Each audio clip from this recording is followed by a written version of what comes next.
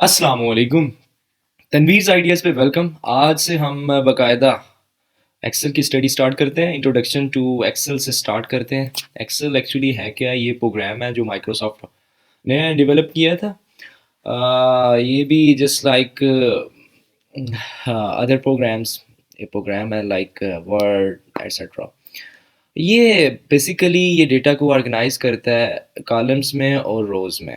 आप फंडामेंटली जो mathematical operations हैं उसके लिए ये यूज़ कर सकते हैं। आप मेन जो इसका पर्पस है वो मैथमेटिकल फंक्शंस हैं।